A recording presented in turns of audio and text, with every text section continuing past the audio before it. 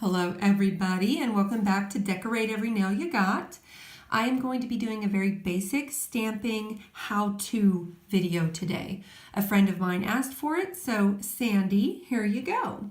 So the first thing that we have to do is gather up all our materials. I like to use a stamper that is a see-through one.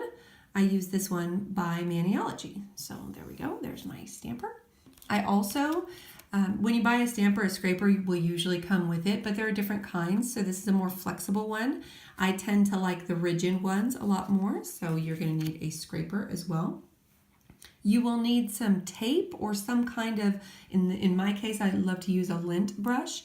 And all I'm doing is using that sticky surface to clean off the stamper head. So when I roll this on here, that's how I get this thing clean. I will never clean it off with acetone or any other material. I will only use some kind of sticky surface. Okay. Beyond that, I will want to make sure that I have some cotton balls. And on this cotton ball, I have this claw doohickey. I don't know what it's called. Maybe you can help me in the comments below. What is this called? It's a claw doohickey for today though. And what it is so that I can put my cotton ball on there and I can use acetone, my next product.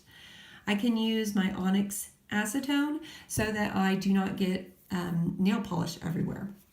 That's handy dandy. The last two things that I will need are my stamping plates. I tend to use the ones from Maniology because I love them the best. But you really can use all different kinds of stamping plates. I like Clear Jelly Stamper. I have some Born Pretty ones. There's lots of different stamping plates you can use. And finally, you're going to need some stamping polish. Truly, you can use any nail polish, but if you want a pigmented stamping polish, then you want to buy a specific stamping polish. This one is by Maniology or Bundle Monster, and you can see it leaves a nice clear, crisp image, and that's what I usually shoot for. So you can use any nail polish, but a stamping polish dries a little bit faster and it'll give you that clean, clear, crisp image. In addition, the last thing I'm going to talk about is this silicone mat. And this one is, again, made by Maniology or Bundle Monster. I'm going to put it down in just a second so we can get started. But really, I can use acetone on here. My nail polish can go on here. And it's not going to damage it at all. Okay, so I'm going to lay that down as a protective surface for anything that I'm working on. Okay, let's get started. Okay, everybody, let's start to be creative. One thing I forgot to mention is that I also use these cotton rounds. And what I like to do with the cotton rounds is put it underneath my stamping plate. And that way when I pick up my scraper and I scrape most of the excess polish onto this cotton round rather than the silicone mat.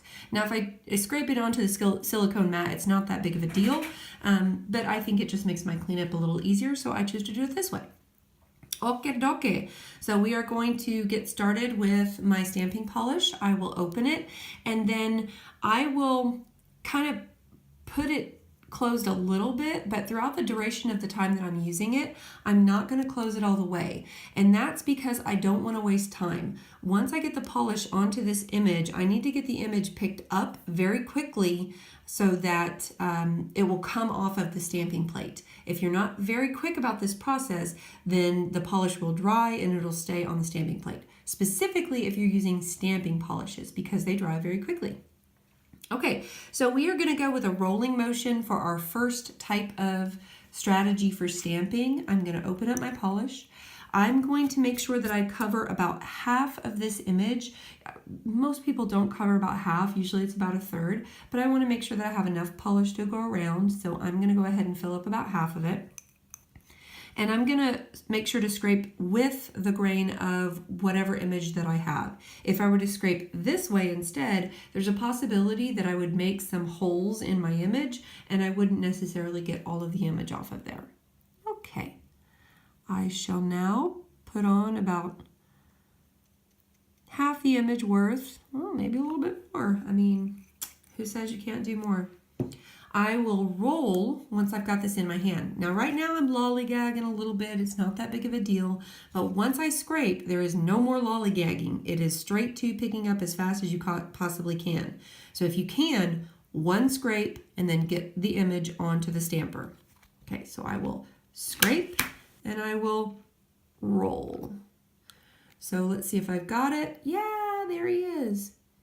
So he's onto my stamper. Now I'm going to put the image onto my plate, not my plate, my mat over here. So I'm going to roll my image on just like I did it. Now you'll notice I waited a little bit before I actually stamped it, and I ended up with some of my image on here because it dried before I was able to stamp it. You have to work quickly, as quickly as you possibly can once the polish hits that image. Okay, as a reminder, I'm going to clean this guy with my lint roller and nothing but my lint roller or sticky surface. So I'm going to get ready to do my next stamp. We're going to try a different motion, but I have to clean this first. So you'll notice all these little doodads that I picked up. I'm getting all of them off of there, getting a nice clean surface for the next one. I will also make sure to put some acetone on my cotton ball, on my claw doohickey, for lack of a better term. You guys are going to help me figure out what it is, right? Okay. I will clean my stamping plate, and I will also clean my scraper because it makes a difference. Okay, set that aside. And now this time when I go to put my polish on, I'm going to use a blotting motion. I'm going to go straight down and straight up. I'll start out the same way. I'll cover half my image, I'll scrape, but I will go down and straight back up. Do, do, do, do, do. He's on there. Nice blue polish. And that time I closed it more than I normally do. Okay. Stamper in hand, ready to go. Once I scrape, I want to directly blot and pick up. Here we go. Oh no, I missed one. Blot, pick up, make sure he's there, and we're going to blot him onto over here too. Blot, pick up. So if I had to guess which particular method works better with this image, I would say that it's probably blotting. Now, give it some time, people. Play with it. See what works best for you. And that's one of the reasons that I love stamping over gel polish. Because if I screw it up, I can always use some acetone, clean it off, and try again. Trust me, I need lots of tries. So really, it's all about just playing with it a little bit and seeing, is it easier to pick up the image if you roll it? Is it easier if you blot it? And being very quick in your motions makes a difference too. So let me clean off my stamper before I put him back. So now my stamper is ready to go for the next time that I'm ready to use it. I'm going to also clean off my scraper nice and well. Make sure it's ready to go for the next time I'm ready to use it. And then finally my stamping plate, I'm going to make sure that it gets nice and clean. And you'll notice when I use acetone, it becomes a little foggy like that. So I have over here a bottle filled with alcohol. And I'm just going to use a little bit, just a touch. It was really all I need onto that. Just another piece of cotton or lint-free wipe. And then I'm going to do-do-do-do-do-do-do. And then it makes it nice and shiny. I like mine to be shiny when I go to put it away. Okay? Now, one other thing that we should probably talk about is our mat, cleaning off our mat, because I told you it was a really easy thing to get polish off of. So once I've got my acetone on there, I can just do it, and it cleans off really easily. So this silicone mat is a really fun place to play with some of the images that you want to play with before you put them on your nails.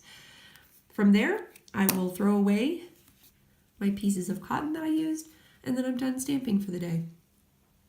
So, I hope you found this video informative, and I hope you found it also a little bit of fun. If you need some inspiration, you are welcome to follow me on Instagram at Groove Mama. And until we meet again, I hope you decorate every nail you got. Bye.